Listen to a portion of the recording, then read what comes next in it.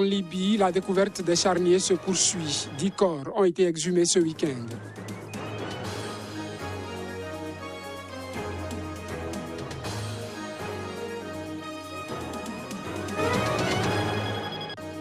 Des menaces djihadistes font un nombre record de déplacés dans la région du Sahel. L'ONU tire la sonnette d'alarme.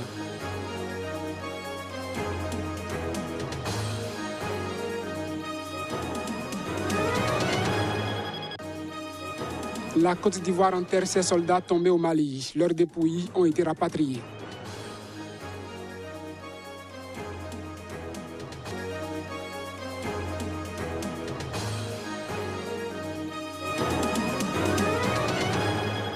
Et voilà pour le sommaire. Bonjour mesdames, messieurs, bienvenue à ce journal.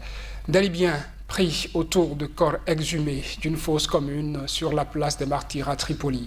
Les corps ont été retrouvés dans un charnier dans la ville de Tarhouna, dans l'ouest de la Libye, qui était sous contrôle des forces du maréchal Khalifa Haftar jusqu'en juin 2020 et où de nombreuses dépouilles ont été exhumées ces derniers mois, annoncé hier le ministère de l'Intérieur du gouvernement d'Union nationale JENA, reconnu par l'ONU et basé à Tripoli. Ces recueillements sont des scènes courantes en Libye depuis quelques mois. 10 corps ont été découverts dans une fosse commune dans la ville de Tarhouna, dans l'ouest de la Libye, où de nombreuses dépouilles ont été retrouvées ces derniers mois, a annoncé jeudi le ministère de l'Intérieur du gouvernement d'Union nationale. Une équipe mixte du département des enquêtes criminelles, de l'autorité générale pour la recherche et l'identification des disparus et du département de la médecine légale, seul habilité à accéder aux fosses communes à Tarhouna, a extrait 10 dépouilles non identifiées dans une zone de la ville où de nombreuses dépouilles avaient déjà été retrouvées, a indiqué le ministère sur sa page Facebook. Parmi celles extraites jeudi, 3 corps ont les yeux bandés et poings liés, précise le communiqué. L'existence de plusieurs charniers et fosses communes à Tarhouna avait été signalée après le départ de la ville en juin 2020 des forces du maréchal Khalifa Haftar. L'homme fort de l'Est libyen avait tenté sans succès d'avril 2019 à juin 2020 de conquérir la capitale Tripoli à 80 km plus au nord-ouest et où siège le gouvernement d'union nationale reconnu par l'ONU. Depuis le retrait des pro-Haftar de Tarhouna, plus d'une centaine de corps ont été exhumés selon un bilan présenté en novembre par l'autorité chargée des disparus qui dépend du JENA. Le 11 janvier, les autorités avaient exposé à Tripoli les effets personnels de corps non identifiés pour aider leurs proches à les reconnaître. Et mercredi, le ministère de la Justice a annoncé que les corps des 2 sœurs âgées de 39 et 46 ans, disparues le 5 avril 2020 à Tarhouna, avaient été identifiés par leur famille grâce à cette initiative.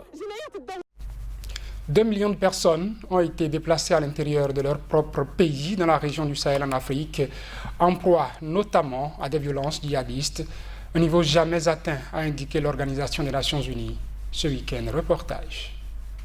Dans un communiqué, le Haut Commissariat pour les réfugiés appelle à la fin de violences incessantes au Sahel qui a déplacé plus de 2 millions de personnes à l'intérieur des frontières de leur pays pour la toute première fois.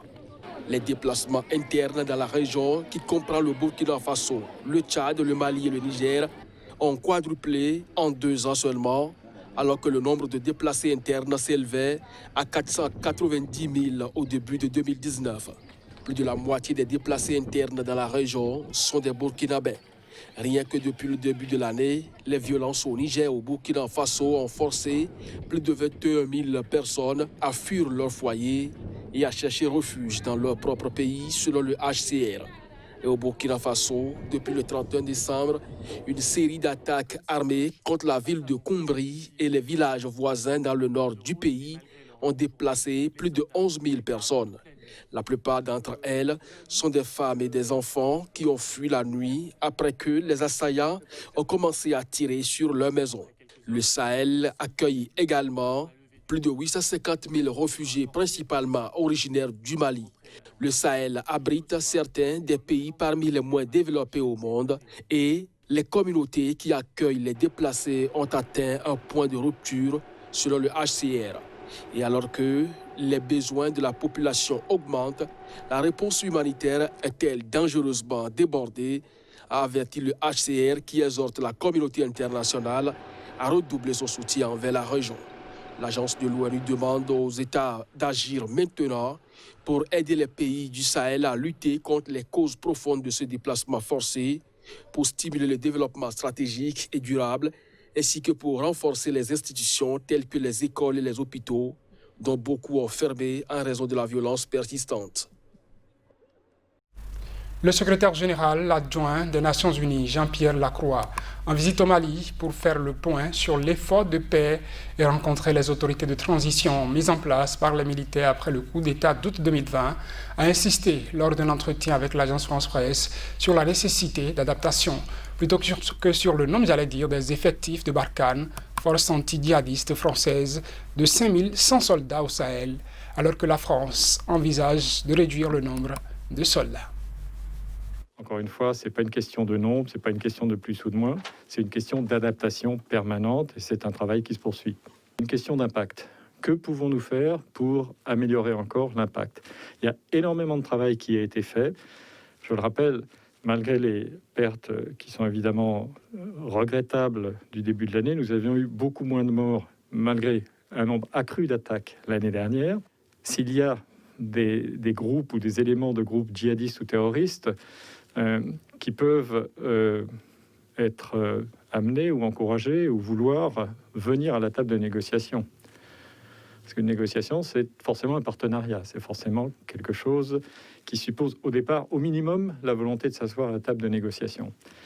Et donc, c'est une question, je crois, qui devrait être éclaircie et dont la responsabilité de l'éclaircir relève d'abord des autorités maliennes de transition. Ce qu'il faut, à mon avis, en tant que partenaire, c'est nous mobiliser pour tout faire pour que ces objectifs ambitieux soient tenus.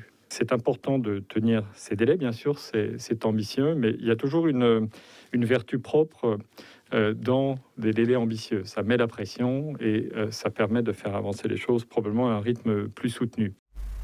La Côte d'Ivoire a reçu les corps des 4 casques bleus ivoiriens de la mission de l'ONU au Mali, MINUSMA, tués dans le nord du pays après que leur convoi a heurté un ou plusieurs engins explosifs avant d'être pris pour cible par les tirs. L'émotion était au rendez-vous. Les familles étaient inconsolables. Elles étaient là, nombreuses, assistés par le Premier ministre Ahmed Bakayoko. Un à un, les corps des 4 soldats ivoiriens morts en mission au Mali ont été retirés du cargo des Nations Unies, affrété pour le retour des dépouilles.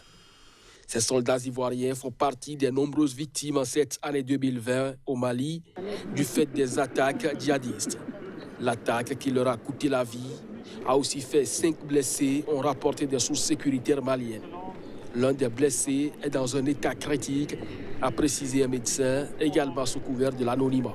Ce sera l'occasion de traduire à toutes les familles éprouvées l'hommage de la nation, l'honneur, la fierté que nous éprouvons à l'égard de ces frères, de vos époux, de vos parents qui ont payé du sacrifice suprême leur engagement pour la paix, pour le pays et pour la sous-région. Ces soldats sont les derniers en date à mourir à cause d'engins explosifs improvisés, l'une des armes de prédilection des djihadistes contre les forces armées dans la sous-région. 5 casques bleus de la mission de l'ONU au Mali ont été tués en janvier dans des attaques impliquant de tels engins. Avant eux, ils ont causé la mort de 5 soldats de la force anti-djihadiste française Barkhane le 28 décembre et le 2 janvier. Lundi, c'est au Niger, autre pays sahélien secoué par des agissements djihadistes, qu'une ligne artisanale a tué 4 soldats de l'armée nationale dans le sud-est proche du Nigeria. Au Nigeria, le service d'isolement de l'hôpital Yaba Mainland à Lagos traite les patients atteints de la Covid-19 dans un contexte de forte augmentation du nombre de cas qui fait passer les besoins en oxygène de 70 à 350 bouteilles par jour, selon les autorités. Le Nigeria, avec près de 200 millions d'habitants, comptabilise officiellement 116 655 cas de Covid-19, dont 1485 morts. Environ la moitié de ces cas est recensée à Lagos, qui avait enregistré la première infection en Afrique subsaharienne en mars 2020. La seconde vague, commencée en novembre, a atteint un pic de contamination il y a 2 semaines, mais semble depuis quelque peu se tasser et se stabiliser selon les autorités sanitaires. Le nombre de bonbonnes d'oxygène nécessaires pour traiter les patients est passé de 110 par jour il y a quelques semaines à 500 au moment du pic pour redescendre à 350. Nous n'avons jamais manqué d'oxygène, nous avons failli ne pas en avoir assez et nous avons été mis à rude épreuve. Mais nous n'avons jamais été dans une situation où nous avons des patients qui ont besoin d'oxygène et où il n'y en a pas.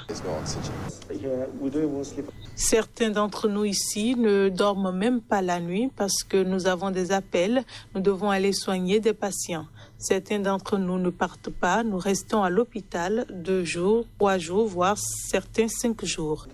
La deuxième vague de l'épidémie de Covid-19 se révèle plus meurtrière en Afrique, où le taux de mortalité dépasse désormais la moyenne mondiale, a annoncé jeudi le Centre de contrôle de prévention des maladies. Le taux de mortalité du nouveau coronavirus en Afrique s'établit désormais à 2,5% des cas recensés, au-dessus de la moyenne mondiale de 2,2%. L'Union africaine a annoncé la semaine dernière avoir commandé 270 millions de vaccins pour le